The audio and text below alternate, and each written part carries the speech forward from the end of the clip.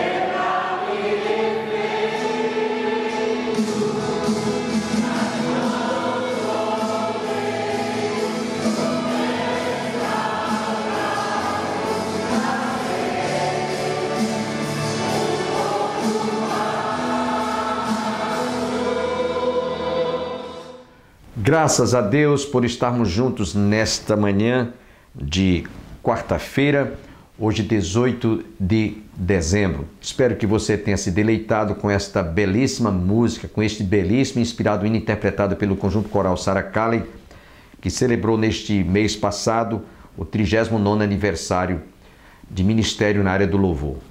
Estamos iniciando mais um programa Opção para a Vida.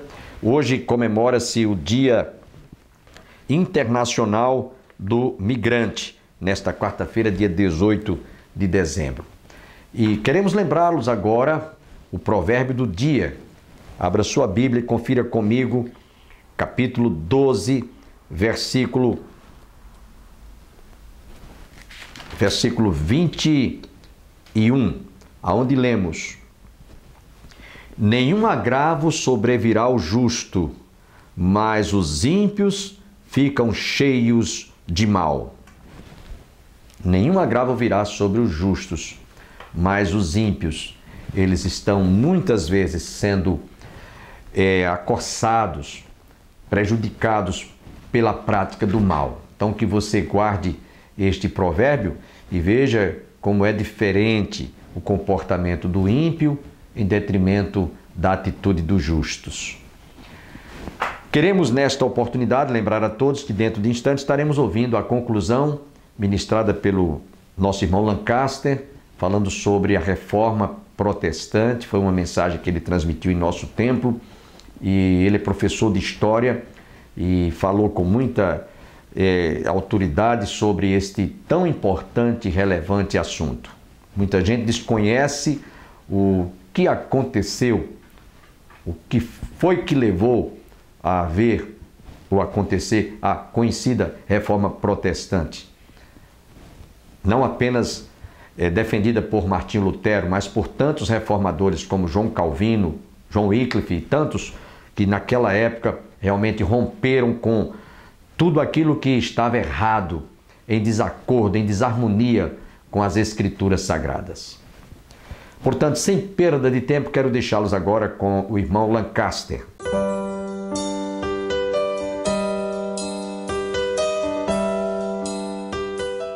Lutero estava, na realidade, reapresentando a mensagem do Evangelho de Deus sobre o homem, seu estado, sua responsabilidade perante Deus Santo, Criador, e a sua necessidade de redenção. Vocês são pecadores, vocês herdaram o pecado original de Adão, vocês são depravados totalmente. Somente Deus, através do seu Filho, pode promover perdão de pecados. Você entende como isso é maravilhoso, irmãos? Deus te perdoou de todos os teus pecados. Ele te livrou da culpa e do jugo do pecado. Você não é mais escravo do pecado. Isso é algo, irmãos, milagroso. Deus te livrou do jugo do pecado. Um terceiro ponto que nós podemos destacar, irmãos, é que a reforma resgatou a justificação somente pela fé.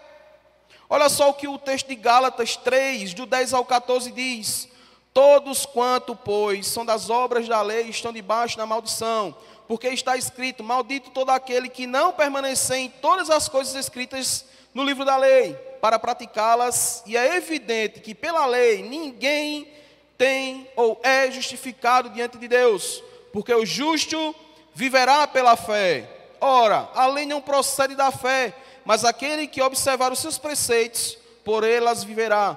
Cristo os resgatou da maldição da lei, fazendo-se ele a própria maldição em nosso lugar, porque está escrito: maldito todo aquele que for pendurado no madeiro, para que as bênçãos de Abraão chegassem aos gentios em Jesus Cristo, a fim de que recebê-los pela fé o Espírito prometido.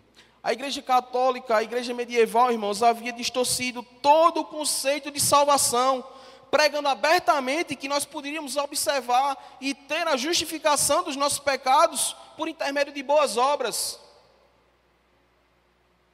E lendo a palavra de Deus, irmãos, Lutero verificou que a salvação procede da infinita misericórdia de Deus para com nós, pecadores. É Deus quem arranca o homem da lama do pecado, da perdição do pecado. Enfim, a obra completa da salvação é realizada por Deus. O profeta Jonas disse: ao Senhor pertence a salvação. É Ele quem nos salva, irmãos. Nós somos salvos por próprio Deus, que Ele mesmo se entregou através do seu Filho, irmãos, para morrer por nós. Ele se fez maldito em nosso lugar. Era eu e você que deveriam ser pregados na cruz, mas Ele veio cumprir toda a lei. Ele veio o seu sacrifício e o Cordeiro perfeito para que nós possamos ter vida através dele. O seu justo viverá por fé. Você está vivo, irmãos, por fé, porque Deus te salvou. Deus te escolheu, você é um privilegiado. Porque nós merecíamos condenação eterna. Em quarto lugar, irmãos, a reforma resgatou a autoridade da palavra de Deus. 1 Pedro 1, do 16 ao 21 diz: porque não vos fizemos saber a virtude e a vida de nosso Senhor Jesus Cristo segundo fábulas, artificialmente compostas, mas nós mesmos vimos a sua majestade, porquanto ele recebeu de Deus Pai honra e glória, quando da magnífica glória lhe foi dirigida a seguinte voz: este é o meu Filho amado, em quem me tenho comprazido. E ouvimos esta voz dirigida do céu, estando nós com ele no Monte Santo. E temos muito firme a palavra dos profetas, a qual bem fazeis em estar atentos, como uma luz que alumia um lugar escuro, até que o dia amanheça, e a estrela da alva apareça em vossos corações.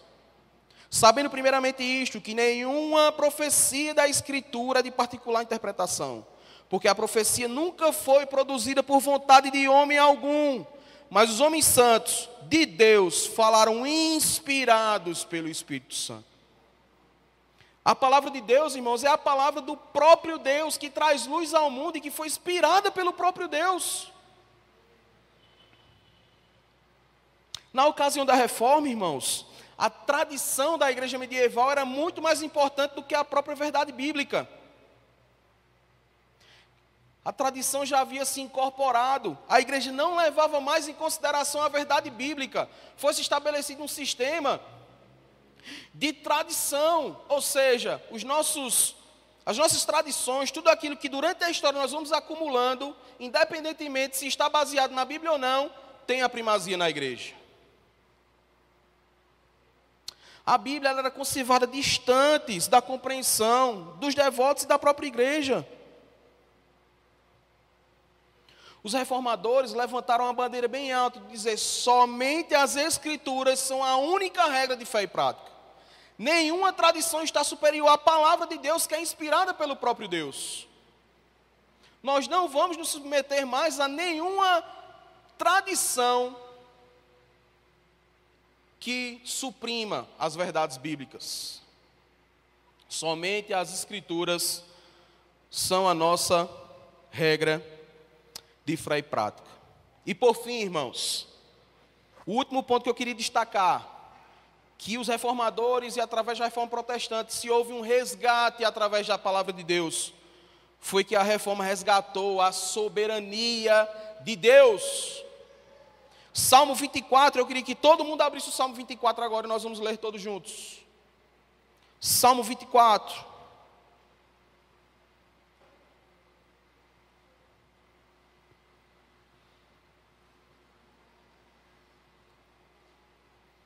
O Salmo 24 diz o seguinte, irmãos: do Senhor é a terra e a sua plenitude, o mundo e aqueles que nele habitam, porque ele afundou sobre os mares e firmou sobre os rios.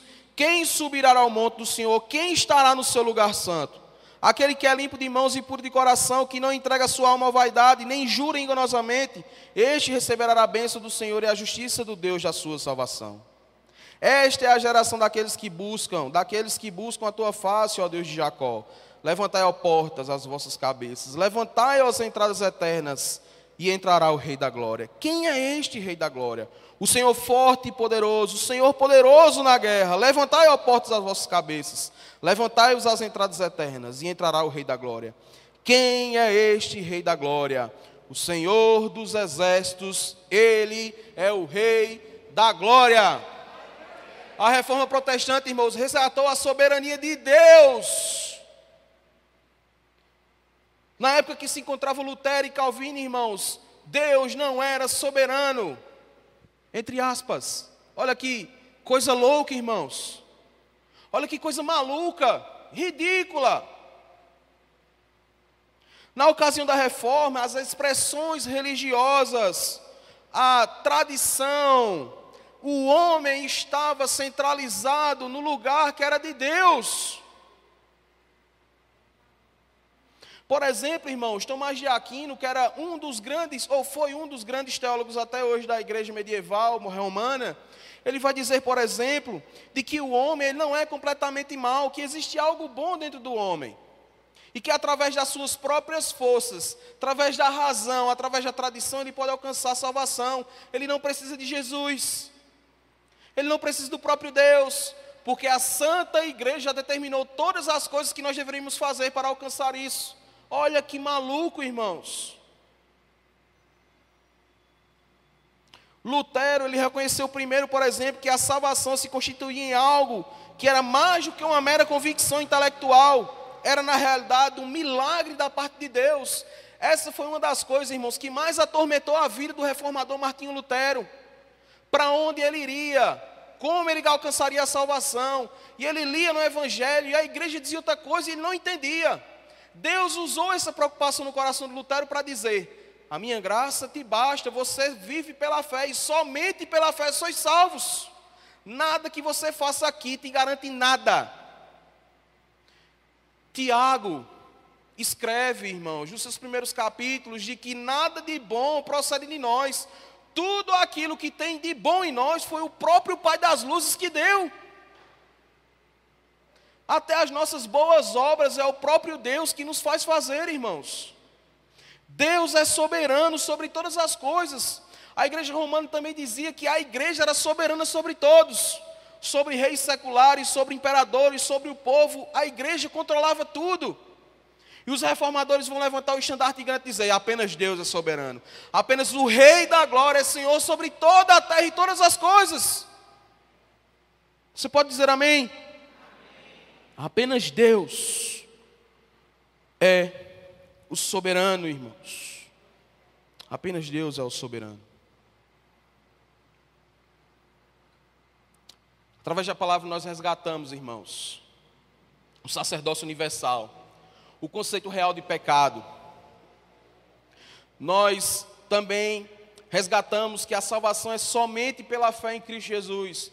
Nós resgatamos também, e nós temos essa herança de que apenas Deus é soberano, irmãos, e de que a palavra ela é a suma autoridade sobre nossas vidas. Essa foi a mensagem que impactou aquela igreja e transformou a vida de muitas pessoas e que resulta em nós hoje. Por exemplo, o congregacionalismo, o presbiterianismo, surgem de movimentos que vêm da reforma protestante, irmãos. Mas em que esse resgate, em que esses pontos impactam a nossa vida hoje? Em que isso vale para nós hoje, irmãos? E eu queria trazer algumas aplicações para nós. Porque nós vimos aqui até os confrontos que esse resgate trouxe dos reformadores com a própria igreja. Mas em que isso impacta os nossos dias hoje? Irmãos, falando de um contexto geral de igreja, nós vivemos dias que esses conceitos não fazem mais parte da pregação evangélica. Muitas igrejas que se dizem igreja, deixando claro, fogem disso aqui. Primeira aplicação que eu queria tratar para vocês essa noite é que precisamos crer e entender o nosso sacerdócio. Em Cristo, irmãos, nós temos livre acesso a Deus, sem intermediadores. E isso faz toda a diferença para a nossa vida, irmãos. É através dessa bênção que nós podemos orar diretamente ao Senhor, de ter comunhão com Ele, de crescer no Senhor através da oração e de orar como convém ao Senhor. Nós também, através do sacerdócio universal, irmãos, nós temos a iluminação do Espírito Santo para poder ler o Evangelho e entendê-lo e aplicá-lo em nossas vidas. Aquelas pessoas, a grande maioria, não tinham esse privilégio, porque isso não era ensinado, isso era escondido, porque era pregado uma outra coisa que não era evangelho. E isso também, irmãos, o sacerdócio não implica só uma bênção de nós termos o acesso a Deus, mas também implica, irmãos, em algumas responsabilidades. Esse sacerdócio individual, irmãos, na verdade, ele é um sacerdócio que é individual, mas em comunidade também. Porque podemos destacar pelo menos duas responsabilidades que o sacerdócio traz para as nossas vidas. O primeiro deles é que nós somos sacerdotes um dos outros. Colossenses 3,15 diz o seguinte, irmãos. Colossenses 3,15 diz: seja a paz de Cristo o ato em vosso coração, a qual também fosse chamados em um só corpo, e sede agradecidos. Habite ricamente em vós a palavra de Deus, Cristo, instruindo-vos e aconselhando-vos mutuamente em toda sabedoria, louvando a Deus com salmos e hinos e cantos espirituais com galardão em vosso coração. Ou seja, sendo esse sacerdote, irmãos, que nós exercemos o sacerdócio de um para com os outros, nós nos exortamos, nós crescemos, nós ensinamos uns aos outros. A gente não só fala mal um do outro, a gente não só briga um com o outro, a palavra diz que nós temos que instruir uns aos outros. E o sacerdócio também implica que nós somos ministro do Evangelho. Nós é quem somos as pessoas que pregamos o Evangelho aos perdidos. E nos relacionamos com o mundo, levando o Evangelho, nos relacionamos com a própria igreja, edificando uns aos outros. Então o sacerdócio, irmãos, não é só a bênção de termos livre acesso a Deus, mas é a responsabilidade de sermos sacerdotes uns dos outros e sermos ministros da palavra de Deus. Segunda aplicação que eu queria fazer com base nessa exposição, irmãos, é que, entendendo o fato do que é o pecado verdadeiramente e os efeitos que isso traz sobre nossas vidas, irmãos, é que nós temos e percebemos que absolutamente nada do que podemos fazer é capaz de conseguir mérito perante a Deus. Somos justificados exclusivamente em Cristo. Ele é o Senhor da tua salvação, amém? Nós herdamos o pecado em Adão, nós somos depravados completamente. Nós não poderíamos chegarmos a Deus se não fosse através do próprio Deus se revelando a sua criatura. Que bênção, irmãos, entendendo o conceito real de pecado é que nós valorizamos, irmãos, essa salvação somente pela fé. Você entende que você estava completamente morto. Você entende que você estava completamente condenado. Se você entende, irmão, glorifique a Deus, porque o Senhor te salvou. Precisamos viver em total dependência e obediência ao Senhor até o fim. Todos os dias precisamos vencer a nossa fraqueza, a nossa natureza pecaminosa e glorificar ao Deus da salvação e ter em nossa mente e coração que tudo que temos e conquistamos foi por intermédio de Jesus. Tudo que você conquistou, tudo que você tem, toda a bênção de Deus para você, você conseguiu através de Jesus. Você não fez nada, você não podia fazer nada. Deus te salvou. Deus te honrou. Deus te justificou, te regenerou, te adotou como filho. Tudo foi por intermédio de Jesus. E terceiro, irmãos, terceira aplicação, é que está em sua mão, está em nossa mão, irmãos, a revelação especial de Deus. Segundo Romanos, capítulo 1, versículo 16, diz que essa palavra é o poder de Deus para a salvação, irmãos. Esta palavra é o poder de Deus para a salvação. Ela deve ser, irmãos, não apenas a nossa única, ela deve ser a nossa única, exclusiva e suficiente regra de fé e prática, irmãos.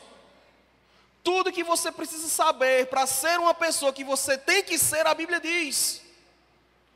Como ser um bom cristão, como ser um bom filho de Deus, como ser um bom marido, um bom empregado, um bom esposo, a Bíblia traz resposta para tudo. Quantas vezes você ora ao Senhor, Deus me revela, Deus me mostra, Deus já te revelou a sua palavra, irmãos. Nela você tem a única regra de fé e prática. Toda a sua experiência com Deus, irmãos, ela é ainda mais preciosa quando você fundamenta ela nas Escrituras. Que nós possamos ser cativos dessa palavra, pois conforme a instrução de Paulo a Timóteo, ela é a palavra inspirada pelo próprio Deus e nela temos as orientações necessárias para toda a nossa jornada, conforme 2 Timóteo 3,16. Ela foi inspirada por Deus e ela é boa para tudo aquilo que nós possamos fazer. E por fim, irmão, a última aplicação que eu queria fazer à amada igreja nessa noite. Deus é o soberano sobre todas as coisas, inclusive soberano de nossas vidas. Que verdadeiramente, irmãos, possamos entender que Ele é o Senhor de todas as coisas. Não queira, irmãos, forçar a Deus que você quer que Ele faça algo que Ele não vê que é bom para você, irmãos. Precisamos, e não apenas isso, devemos fazer tudo em total submissão à sua vontade. Que por ocasião, irmãos, vale frisar, segundo Romanos 12, que a vontade de Deus é boa, perfeita e agradável. Mas também eu tenho que dizer que ela é boa, perfeita e agradável, segundo a sua soberania e vontade. Às vezes não é bom levar um não, mas o não de Deus foi bom, perfeito e agradável. Há 502 anos, irmãos, aprove Deus usar homens e mulheres para que esse resgate fosse feito e que hoje nós estivéssemos aqui louvando a Deus pelas suas maravilhas. E quando a igreja estuda sua própria história, irmãos, não está estudando apenas a história de uma instituição qualquer, está estudando a história dos atos do Espírito Santo em homens e mulheres como eu e você. Essa bênção não está restrita à igreja primitiva. O Espírito Santo se faz presente em nossas vidas.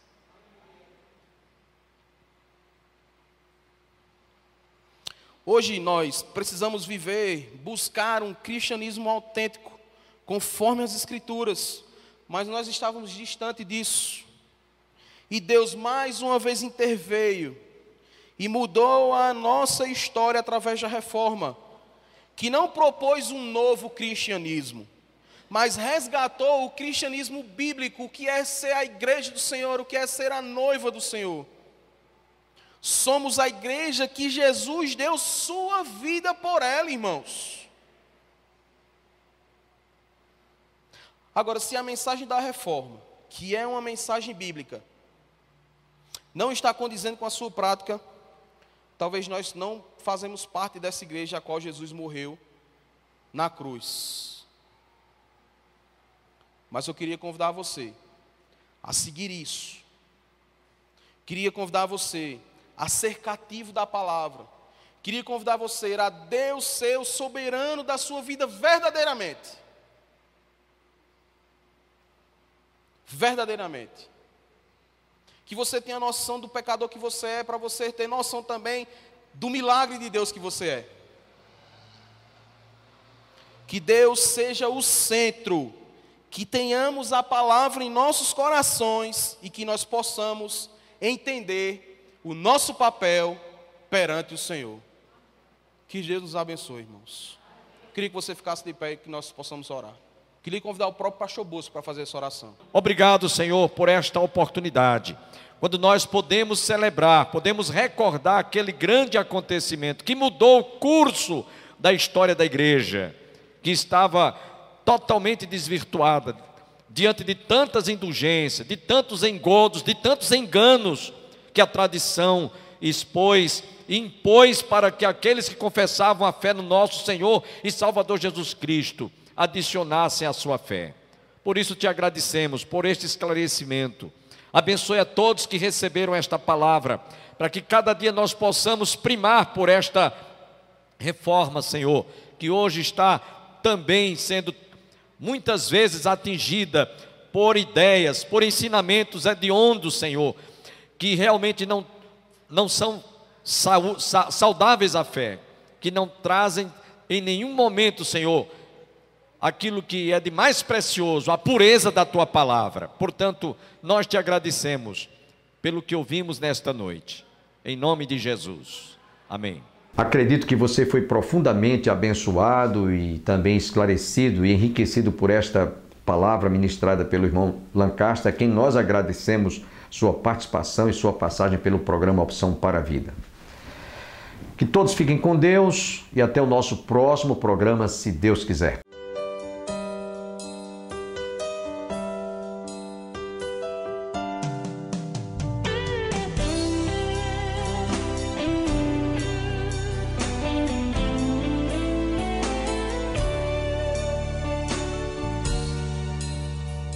Manso e suave é Cristo chamando, chama por ti, por